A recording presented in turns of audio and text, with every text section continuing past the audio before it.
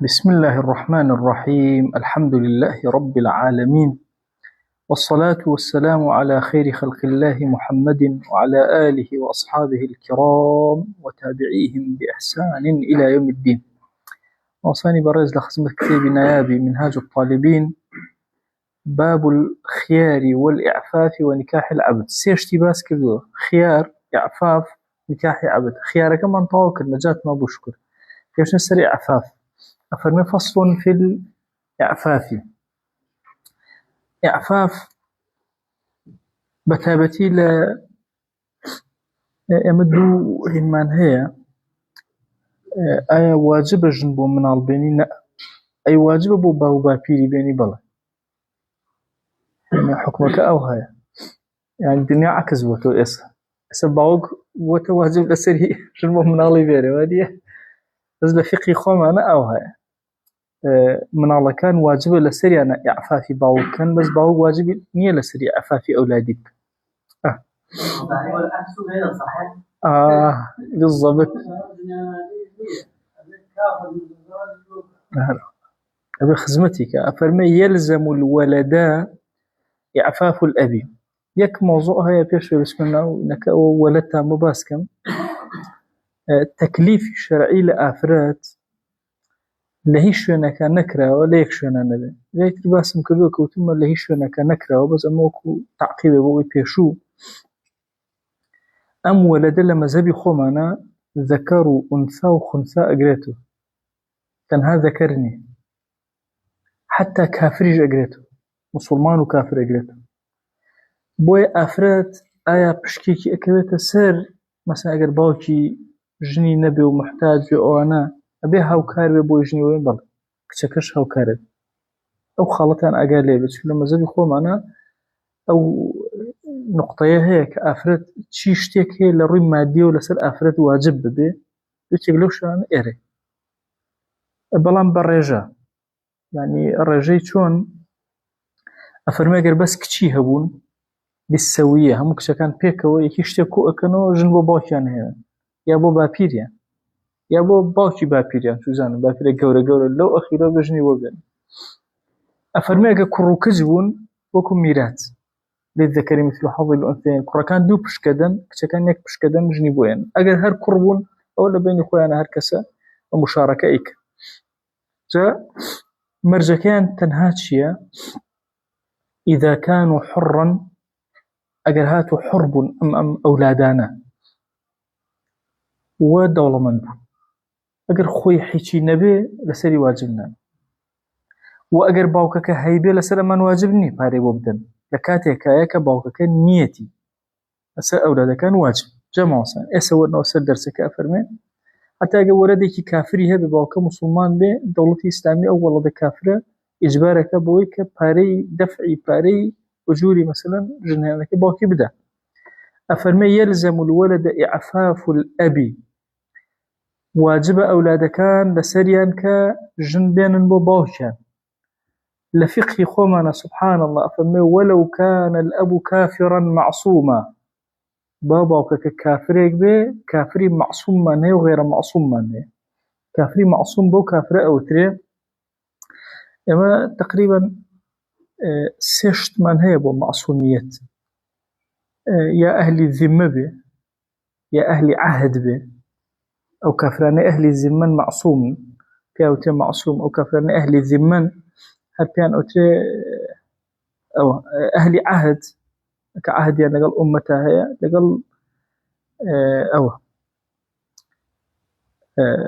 بابنا الذمة كرجد صلاة المسلمان يا أفربيا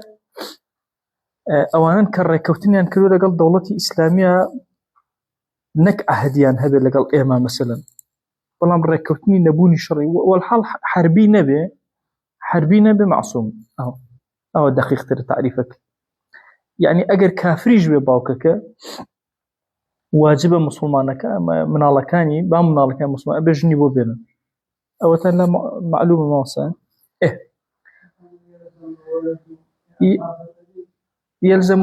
يلزم الولداء واجب السودة كشي إعفاف الأبي نانا إعفاف فاعلة يلزم إعفاف الأب أو كي لسر كي إلزام لسر الولدة أو والأجدادي والله كي شكل باوكا نما أجدادي شقرتوا على المشهوري والله قولك يا تنهب أب واجبة باشا بلا على المشهور لما زبا بأجدادي شمويا جنيا بوبين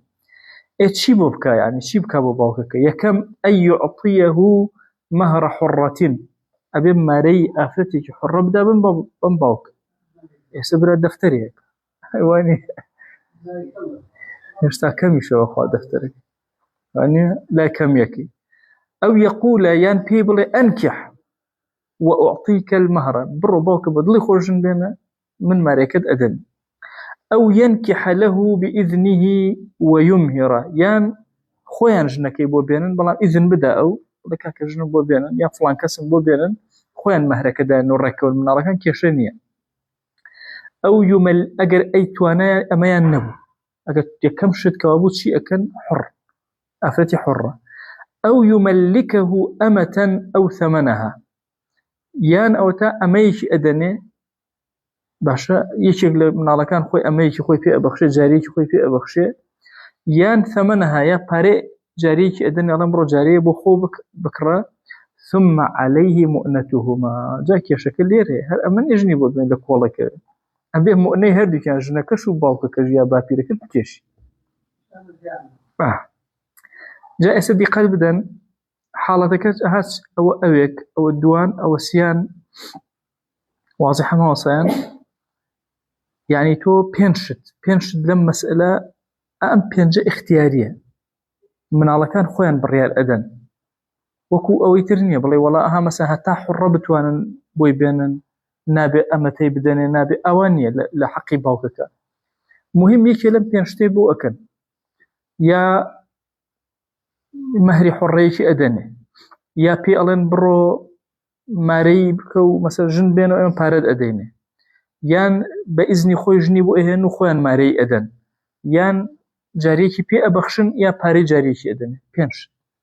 اختياريا هي من الله كان لبن أم بينش بلام لدو أم بينش تابي خوشيو أو جاريش بخيوك أو يك موضوع هي أخوي باسيك كيشمان وليس للأب تعيين النكاح دون التسري باوكا كبوينية تعيين النكاح كابلنا خير كاكا من جارية مناوي إلا أبي جنيك يحين أحرم بو بينو أوانا ولا رفيعة بوشينية مثلا بالله والله كاكا أفرتك والله أبي السادات بيتو وابيتو أمشرب مناكري باشا أماني بونية ولو اتفق على مهر فتعيينها للأبي اقر هاتو من على كان كوبو نوتيان باوكي إما أتواني تا دفتر ماري وبو إتزيات الناتواني أو كاتا خويجنك دياري أكا أمان ماري أكا دياري أكا أو جنك دياري أكا أو ديارة وصانها ولو اتفق على مهر إيه فتعيينها للأبي تعييني زوجتك بوكيبو أبك أو اتفقتا يعني باوككو من على كان ركوت لسر ماري قلت كاكا إيه دفترك من حق النبي يتخوي تعييني جنك أكا إما أقمني ويجب التجديد إذا ماتت أأمنك بيت جنك مرد أبدا نتريبو بين واجبك دوباره بيتو أو انفسخ بردة ين جنك بشيمان مثل كافر بو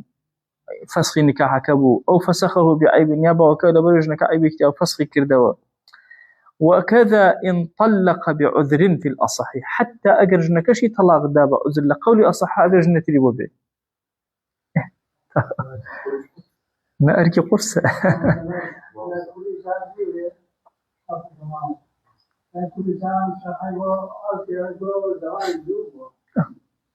لحا أما تأذاني برواءكي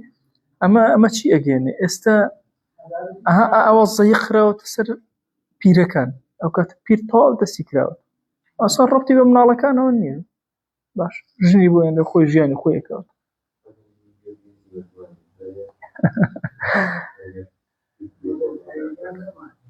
لما زي خوم أنا تهدوان أروح ببي حاجي وشيء نقول وشيء إعفاف ما وصل إعفاف زور مهمة كلمة يعني أم كسب حاجتك ممكن PVC وإنما يجب إعفاف كي واجب لسر بچين جنكي وبينين فاقد مهر أبي خوي ماري نبي محتاج إلى نكاح أما خالي كم ماري نبي خالي دوم محتاج إلى نكاح PVC بجن إيش PVC بجن اللي كوتوز جيشي وإهل ويصدق إذا ظهرت الحاجة بلا يمين اترقر حاجة كدر كوتب وهواري لها صاب وسفني نايم ويبين التوقف والله PVC ويحرم عليه وطء أمة ولده أو باوك النابع بحجتي أوي أنت ومالك لأبيك. طبعا فرماشتي في غمرجان من هي صلى الله عليه وآله وسلم أفرمي أنت ومالك لأبيك خوشتو مالك شيء باوكتا نابي باوك أما استغلالك مثلا باوك هرشي بيج بتواني بيبالا بنالك نابي أما استغلالك أجر جاريكي هو بشي تجاوزك لحق جاريك بوي أفرمي ويحرم عليه حرام لسل باوكك وطو أمة ولده أي أجر كردي والمذهب وجوب مهر لا حد واجب لسري ماريا بدا بكركي ما دام شوت لا أمتك طالما حدي لسرني يبقى أو شبهة أو حديث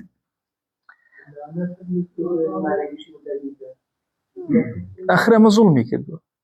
أما حرامي شي كده تجاوزي بيستي نبوت شوت شون نا جاب لمك فإن أحبل أجرهاتو أفرتك سكيبو فالولد حر نسيب نابت أم الولد راس جارية كركيتي بس أو من الله بشبهة بابلن شو بتجاوز شو بهالشيء وازي علين شيف والولد حر نسيب أبيت حر أبيت نسيب عشان نسبة ذات بنا باوكا كباس باشا فإن كانت مستولدة للابن أجرهاتو أفرتك خوي أم الولد كركيبو من الله كلا كركيبو أمي شغلي لم تصل مستولدة للأبي نابت أم الولد باوككش هل أم ولدي شيء أم ولدي كركي وإلا فالأظهر أنها تصير إجر وهانبو أظهر أو هايك أبت أم ولد واضح أبت أم ولد أو كاتبو شيء وباوكك وأن عليه قيمتها مع مهر أو كاتت شيء أبي ماريك حقي أو تعداك وتجاوزك أداب كركي قيمتي أو هناش أداب كركي قيمتي أو جارية ما وصي لا قيمة ولد في الأصح ولا قيمتي ولدك نادى كاشتروتو معنا طبعا ولد روكات السيد أبي بدري بالسيد قيمتك بس لير ولدك بحر النسيب دامنا نايدا تشيب فاري من على كندا بكركي خوي أو ديار بأقصي ما وصي وأنها تصل فالأضر أنها تصل وأن عليه قيمتها مع مهر لا قيمة ولد في الأصح أو من عليك ليبو حبل لباوكك وحمل لباوكك نابته ويحرم عليه نكاحها حرام لسري نكاح بكا باشا يعني أم أفرتك بابلين أمتي ولدكيتي أم تشي نكاح بكا نابت فلو ملك زوجة أملا وتمان أجر كسك بيوسي أفرتي جارية بو بشروطي خوي أتواني أي أم أتواني نكاحي أمتي كركي خوي بكا ناتواني نكاحي أمتي كركي خوي بكا ديار شوانا لبر شبهي أو حديثي أنت ومالك لأبيك فلو ملك زوجة والده الذي لا تحل له الأمة لم ينفسخ النكاح في الأصح ما وصيان أفرميشي أجر كسيك بو بخاوني خزاني باوكي واتا خزاني باوكي كري خزاني باوكي جارية بو باوكي چوبو جاريكي خواسته بو صورتك أواي باوكي چوبو جاريكي خواسته بو بخواستن بنكاح دعاي كركتشو جاري كري فلو ملك زوجة والده الذي لا تحل له الأمة أو باوكش أمتيبو جائز نبو أو كات لم ينفسخ النكاح في الأصح نكاح كالليرة هل ناوشيته أغاثا لما هبو مواصين إنسان جاري وهي يمل مسلي ملكايتية هرچی لنسبي خوت خوار سر تو بووی بە ساحیبی ئازادە بۆ نمونە کەسێک جارێکی کڕی دەرچوو جارێکە خوشکێتی ئازادە باشە دایکێتی مناڵێتی وازیحە ئەمەی دەوروبەر و ئەطراف و نەسەبەکەی ئەم جارە ئەگەر هات ئەم شتانەی ئەم نەبوو مەسەن ژنی باوکێتی جاریەکە ئەکاتە باوە ژنی ئەم بوو بە خاوەنی ئایا ئەلێرە حکومەکە چی ڕوو ئەدا ئەفەرمێ بەڵام بە شەرتی الذي لا تحل له الأمة باوکەکە لەوانەیە کە جاریە بۆ دروست نییە بۆ نمونە مەسەن ئەم پیاوە ژنێکی هەبوو ژنەکە تەواو ڕۆژتووە دای بڕۆ ئێستا بە جاریەتی کوڕەکە کڕێتی ئەگەر ئەم پیاوە باسی ئەو پێشتر ناکەین کە ژنی بۆ چی بۆ ئەمانە ئێستا ئەم پیاوە بۆی هەیە لە کاتێکە ئەم کوڕە کڕێتی بۆی حەڵاڵە کە ئەمە بخوازێ یا بۆی حەڵاڵ نییە ئەگەر بۆی حەڵاڵ نەبوو بخوازێ الذي لا تحل له الأمة لم ينفسخ النكاح في الأصح نكاحكي هل ناوشته نكاحكي بيشو ديارة أي أجر إستا مثلا بوي دروز بك أما بخوازه أو كاتلا نكاحكي هل وشاوته أما تشي أما تي كركيتي أما جو قاعدة كوتو ما نشي نابي أما تي كري خوي بخوازه واضح ما وصلنا أنا شكو يكن جوتي ويحرم عليه نكاحها نابي بالنكاح نابي بهي أم بملك أبي بالنكاح نابي بلام أجر هاتو لم كاتبوي نأشياء نكاحي أما تبكى كابو نكاح كونك بو إهلينو أو انفصل نكاح كونك لكن هرجني باوكيتي تو أيضا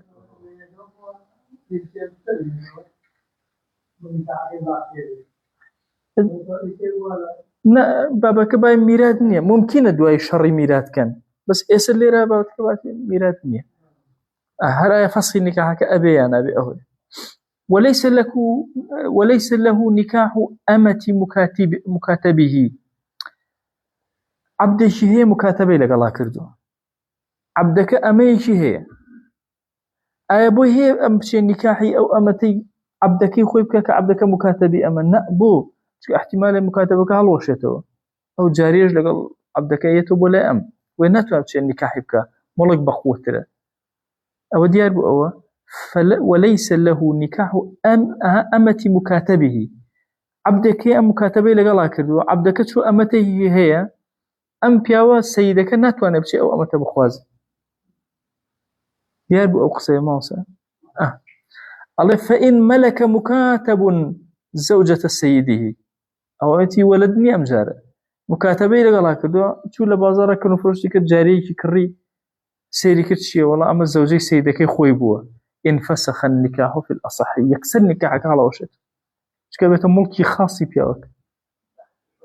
نكاح بيشوك يكسر على وشك شبوه ملك بقوتره بيشتروا ما باس كدوك عقدي نكاح بقوتره عقدي ملك بقوتره أو جابابشين سار جماعتي عبدك وأنا زاني ملا صباح عبدها بالنجاة بكل بجنيا بولبيني وضعك حر جير أخوي بدس يادا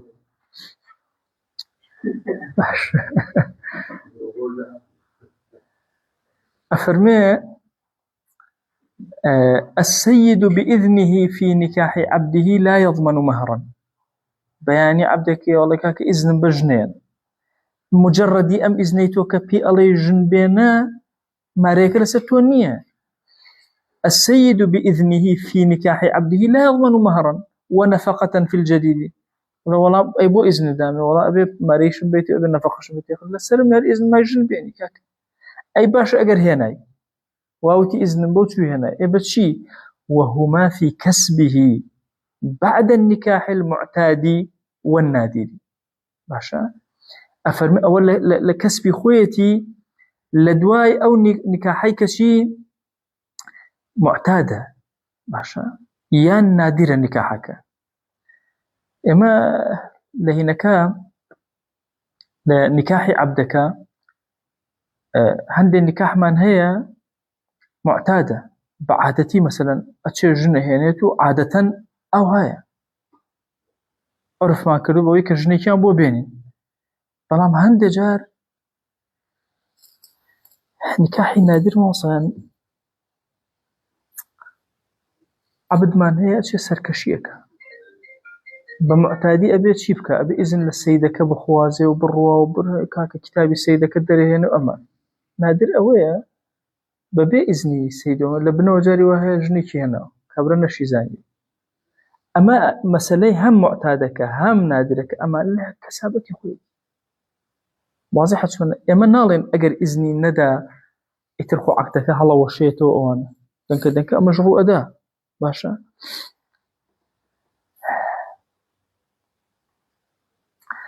ئەوە نە ئەمە وەسە نە ئەو معتاد و نادرە بۆ هێنە بۆ کەسبەکە ئەگەڕێتەوە دقت بدەن وهما في كسبه المعتاد والنادر أو دو صفته هذوكيان بوشي بو كسبك أقرأته أفرمي همو عبدك أقر إذني درا نك إذن نكاحك إذن كسابتك هر عبد إذن كسابتي درا هند كسابتي عادتي أكاك ببي إذنك أروا لبناء أوشا سرطقاء أكا جاروبار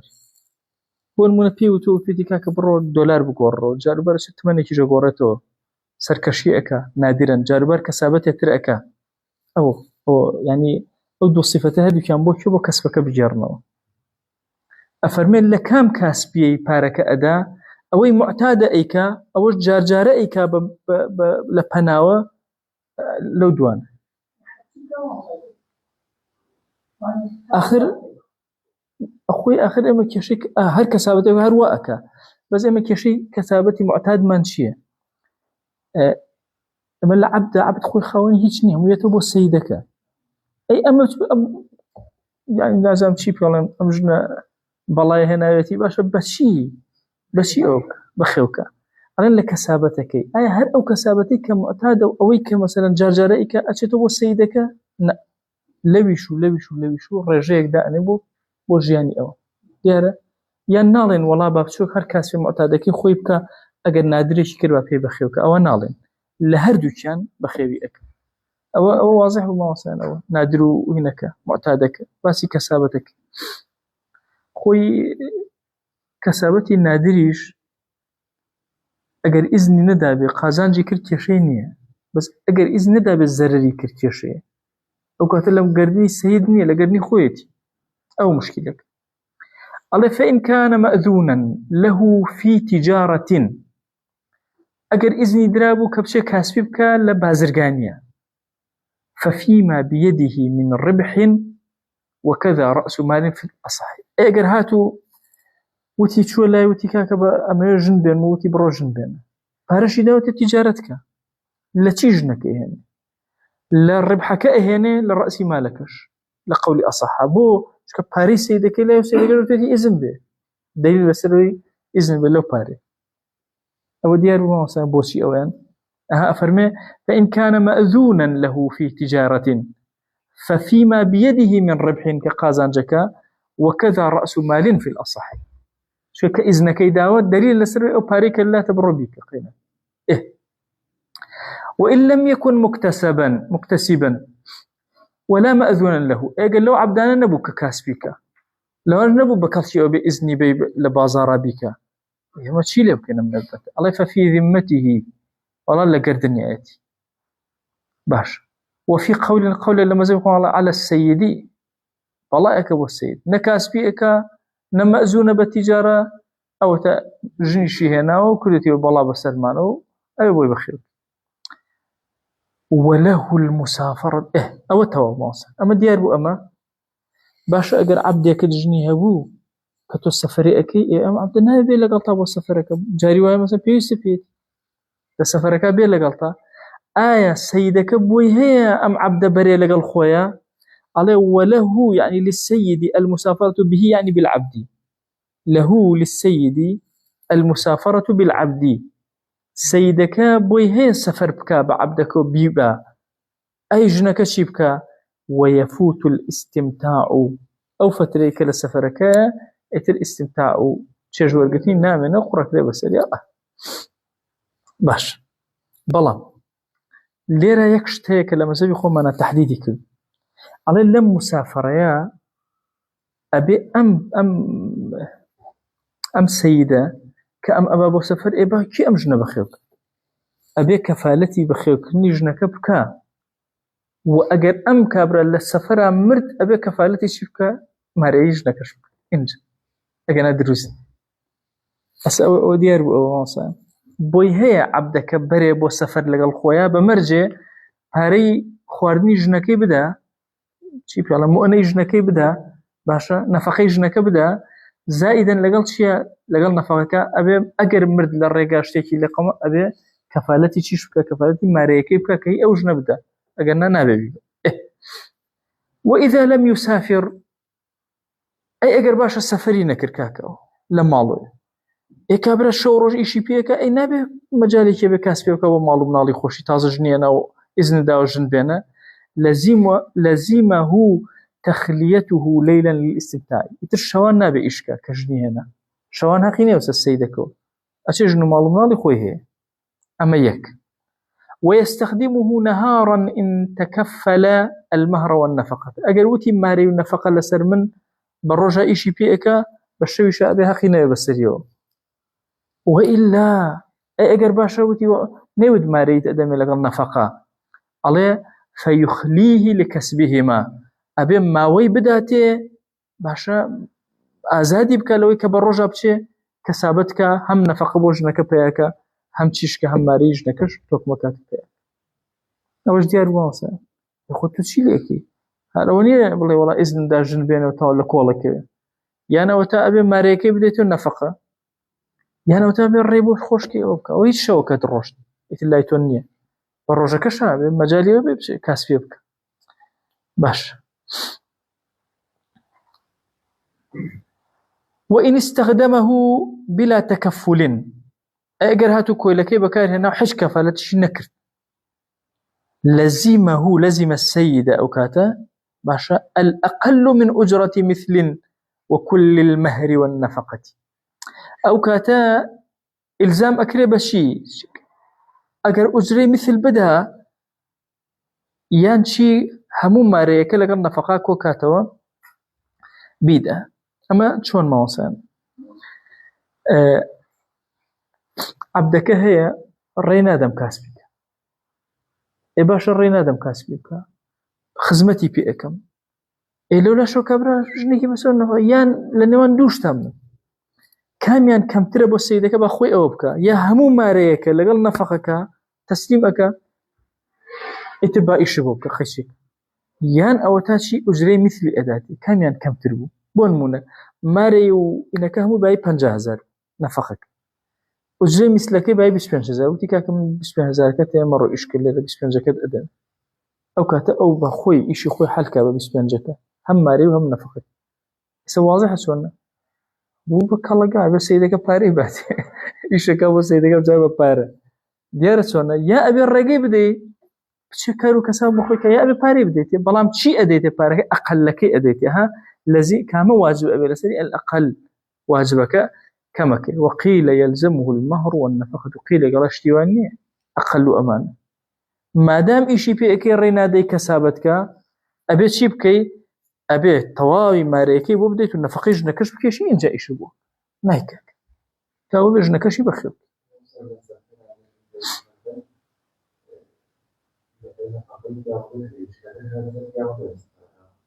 نعم أما بس سفرك نية أما رعام مجاري أما سفرك بس ما كد بياوك أبي ليرة ماري هنا كبدا كفالتي ماري وهنا كبكا ليرة إنجا أتواني بلا كاكا بون منو تيانا كاكا أم بياو 50,000 أمجني هنا والروجي أبي ديناري با 1000 دينار با كاكا من روجي 1000 أدم هي ماريك نفقك شي 500 دينار إدم روهم روجي 1500 بابي لقل ما بو سفرك بون منو ليرة أبي أوي داد إنجا أيبا أوش تيكا هرب عام لمالو إسا أو تاخو كابري عبد الجني هنا وإنا بشتيكي بداته هم أبي ماري بدا عبدك هم أبي شي بدا هم أبي نفقة بدا هي أمجنا يا لسر شي بدا لسر أويدا يا كاسبي خويكا يا سيد بويدا سيهميني ولو نكح فاسدا ووطئا عبدك سركش هي كاكا شو نكاحك فاسد يكرد والراك شو سرجيش لك واك فمهر مثل في ذمته مهر مثل الأشياء لذمتي عتي إتحركاتي آزاد كرا وأنا أبي أوكاتا باري أميني بدري باري أمنك ماري أمنك فاسدة بدري شو وطئ الشكل نقبت. وفي قول في رقبته لقولك الله الرقبة لقل زمك أمي زمك هر كاتي فروشة رقبة الراس وخوي يكسر ينسر سيدك يا بارك أدي يا عبدك أفروش أو بارك أبي أنك حفاسي دبا ماريك أو ديار بأو الرقبة هنا قولك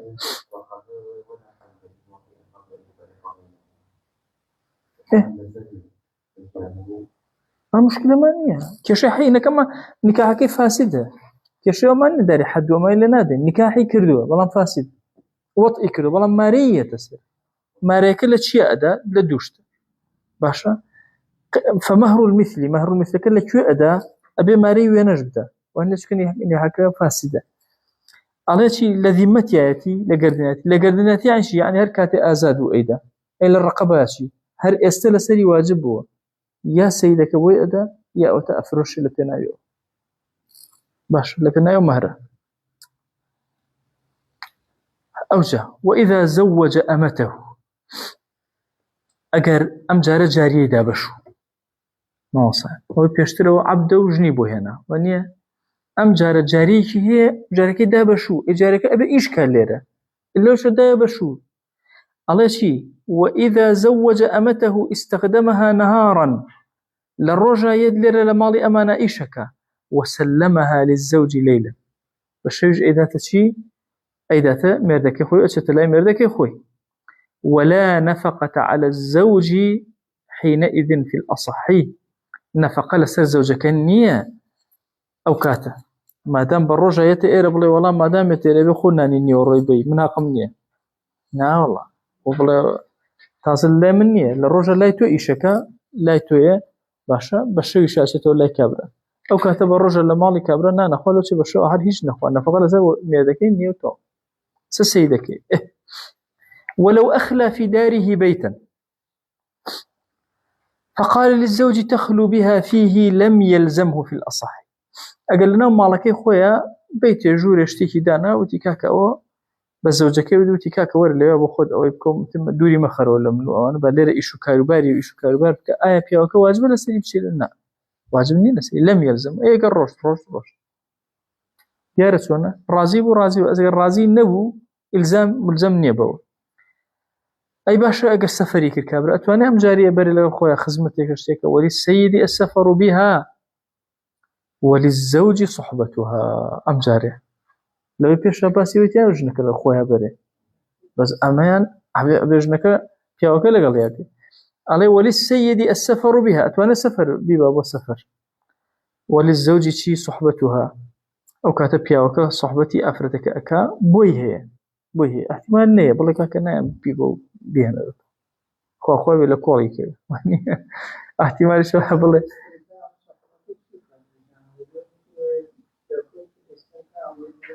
نا أخي بياوك بروا تو أرزكم ليه بياوك روا لرجنك أروا ليه بياوك الروش تواب استمتعناك تو رسوجنك لما الله بياوك الروشتو واضحة ليرة أواني بلي والله أبي إلا جنك لقل يا به نا بس أجر جنك الروش بياوك بوي هي لقل يا برو أو كاتل سر سيدك يبي يجوا خيوك السيدة قرب السر والمذهب أن السيدة لو قتلها أو قتلت نفسها قبل دخول أجر سيدك كشتي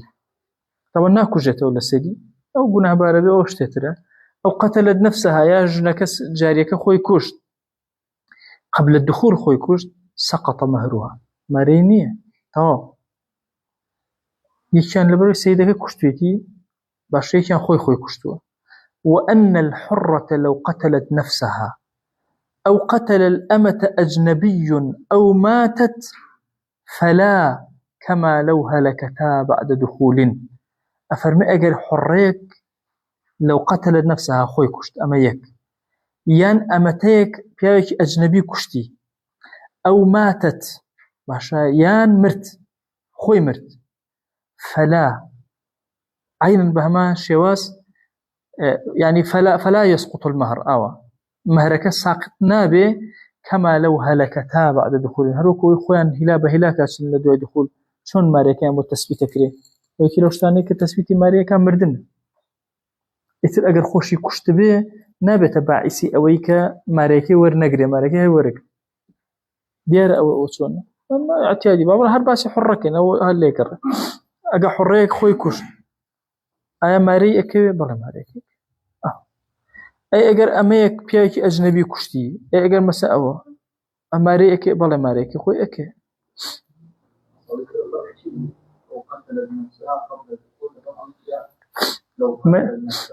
أما بعد الدخول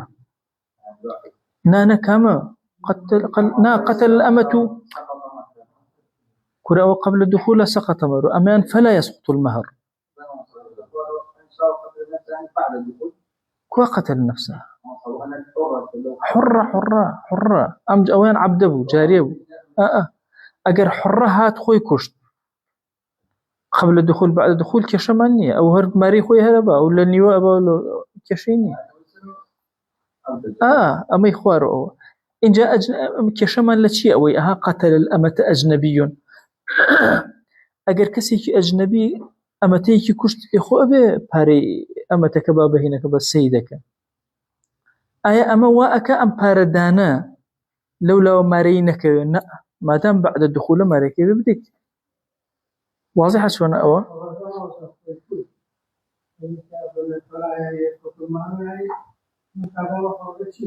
هر ماريك أخوي هر أتى اسمه أكين سجنبون من أخوي كشت أما يكسر لي ماريك ساقطك ساخناك هرمته أجن قبل الدخول بالنيويك وبعد الدخول بهمويك يك مسألة هي لازم لفرائض زكاة بس ما نكديانا لمسألة ميراثة مسألة ميراث حقي بس قبل الدخول وبعد الدخول والنية أو خلاء أقام الليبة هو جاري وهي بتكيشة مثلا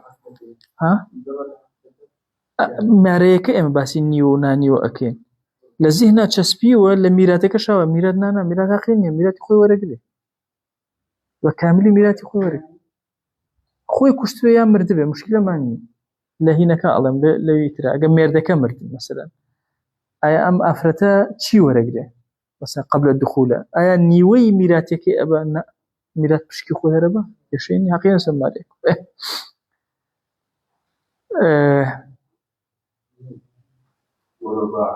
ولو باع مزوجة جاء مجارة ماس أما ديار أما بوتشي أما يودوتي ماريكشي أكيد شكل لولا باريخ وأنك أكيد ليرشوا باري ماريكي لك كبرسيد وهو دانشتو لدولا باري ورد أم جارة أجر أفرتي مزوجة جاريك مزوجة بشو دراو فروشتي أم كاتشير رؤدا فالمهر للبائع مهرك هي شيء هي أو كسيك فروشركية واضحة شوانا أم شي كردوا أم فروشتيتي طالما زماني أم شوي كردوا كابو ماريك بو شيء بو فروش يارك أو ديار بو مشتريني بو بايع قينا آخر قينا أما شون لوي ترى أجر خوي بفوته هنا كشي ورقري خونا كشي ورقري وماريكش ورقري ليرش باريك رينك ورقري وماريكش ورقري ديار بو هل يكشتكى الله ولو باع مزوجة فالمهر للبائع وإن طلقت قبل دخول فنصفه له أجر هاتو طلاقي دا مثلا فروشتي شو ياويتي بشو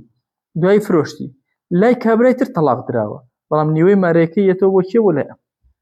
قدك قبل الدخول ولو زوج أمته بعبده أسأل التوا ما صوي بيشو أمجار جاري وهي أمبياو هر خوي بري عبده وبري جاي نبشو أو أدابو مريبا بشي خذ هربو خوي كرتو ولا أدي عبدك ما قال لم جرفان بخاطر أم جرفان أو كاتم ماريانية لم يجب المهر أو تن لا واضحة أو أكري بكرين برسيار بلان كي أكري آفتي بدي بشو قط ماري بوداناد ناكري ماري بوداناد ناكري ماري هذا شيء أهمي عبد جاريه أنا بيكتر وكوي بارلا جرفان كي بخاطر جرفان التلفزيون أو هذا بس. وصلى الله على سيدنا محمد وعلى آله وصحبه وسلم تسليما كثيرا أبدا إلى يوم الدين. خواهی گەر لە گوناهی نوێژ بووری خوا لێمان قبول کردی. ئەگەر ئەمە